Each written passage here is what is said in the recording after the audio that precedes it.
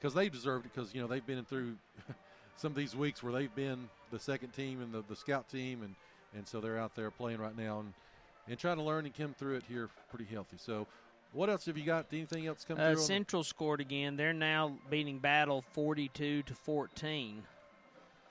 I was trying to find a good score on the Union Richlands game. It looks like they have just started the second half there. The kick's gone into the end zone. Seems strange to think this game's winding down and Union and Richlands are just starting, or Union and Ridgeview are just starting the second half. John Sally under center. He's going to give this one. Goes around. It's going to be Levi. Levi Roten to the right-hand side, and he's got some room. He's going to keep going. 30, 20, 10, 5. Touchdown, Big Blue. 61 yards for Mr. Roten. Levi Roten gets in on the scoring action, and it's 54-0. 9:02 left here in the ball game. Wow. And again, Levi sort of on a bad wheel still yet, had enough speed to get around the right-hand side, and it is 54-0. We did have that little boy earlier predicted 100-0. He wasn't taking into account the continuous clock.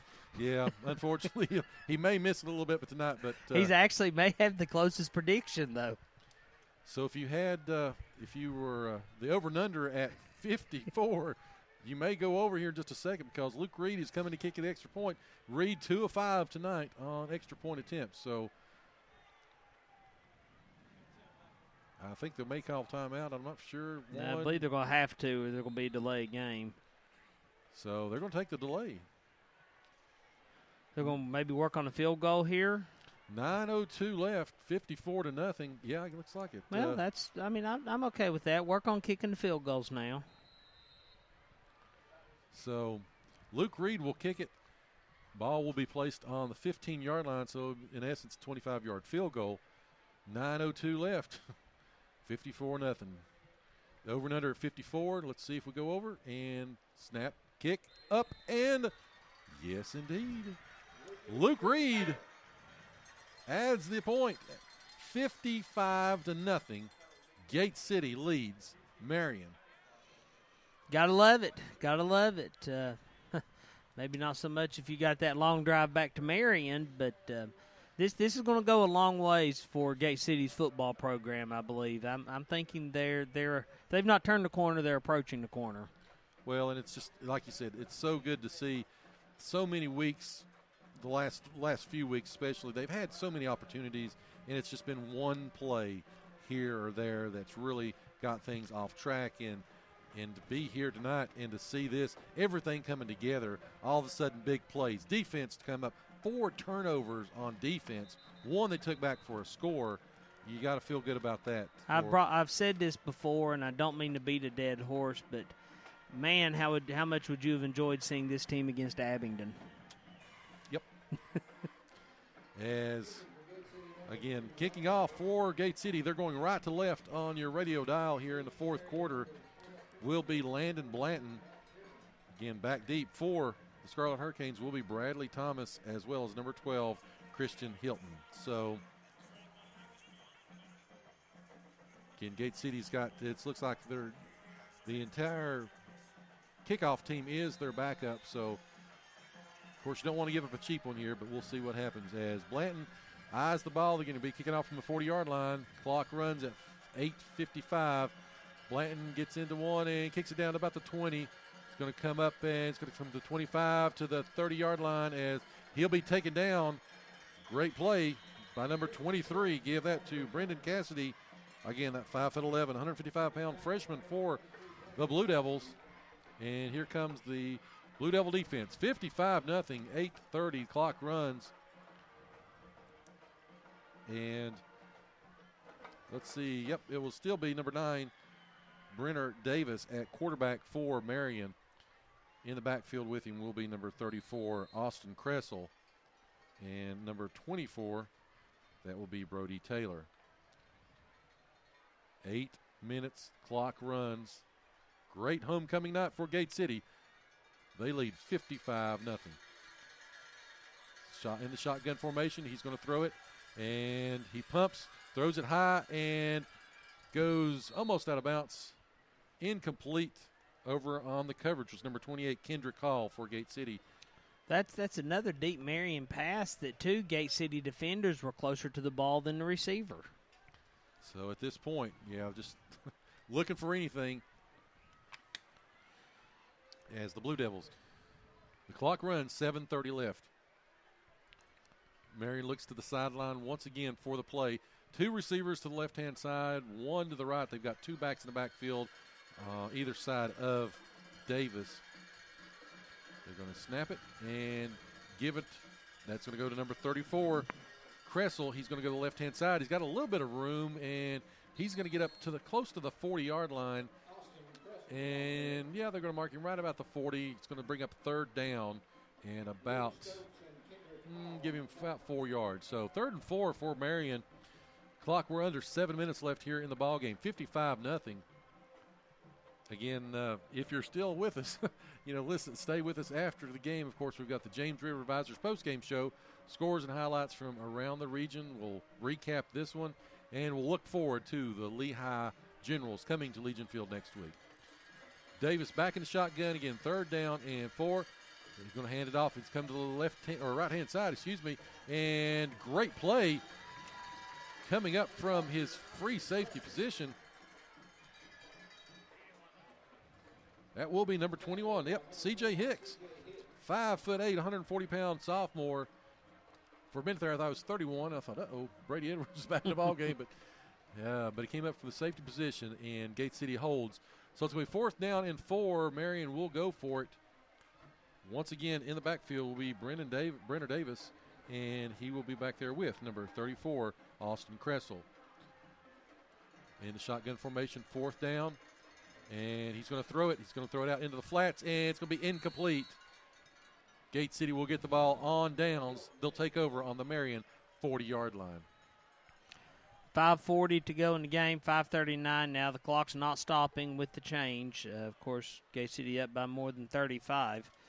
We've got a couple of new scores that have updated. That Castlewood Twin Springs game was 0-0 at halftime. Now Castlewood leads 10-6.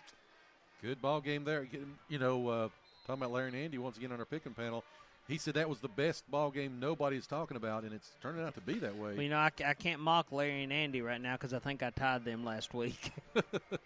They found themselves, I think, 14 games out of first, but they still going with some upsets. They went with the Volunteer upset of Daniel Boone tonight. Of course, it's not going to – looks like it's going to work out. As Carson Jenkins is in at quarterback for the Blue Devils, and there's going to be a run up the middle. That's going to go to Rice. Isaac Rice on the dive. He's going to get about 4, maybe 5 yards. And looks like he's slow to get up. And there will be a stoppage in play. As I don't know if he just got his bell rung or, he lost his shoe. Lost his shoe. So they knocked him out of his shoe, Chris. I guess you have to come out for that if the referees call timeout, don't you? So I think he got a little dinged up too there because he took a pretty good shot. Davis from that safety position came up but anyway, so again, Carson Jenkins in the ball game at quarterback. Of course, he's opened the season as the number 2. When he went down with the injury, with the lower leg injury, Sally was promoted to second team, but Jenkins getting some reps here. In cleanup time, 4:15 left.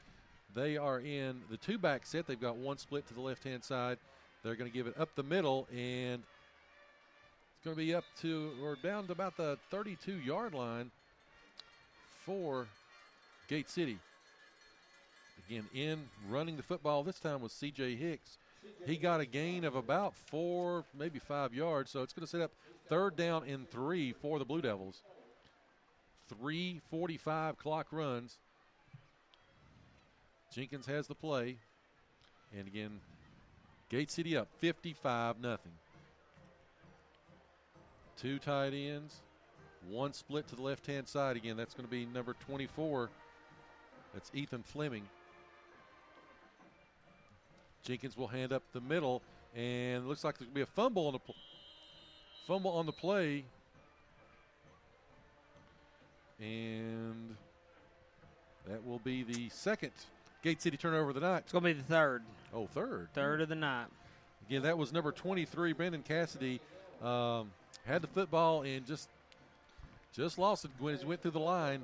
Marion jumps on the football. They'll take over first down and 10 on their own 32-yard line. Gate City leads 55-0. Under 3 minutes to play. Again, stay with us, folks, at the conclusion of the game. Of course, we'll have the Terry Kilgore player of the game.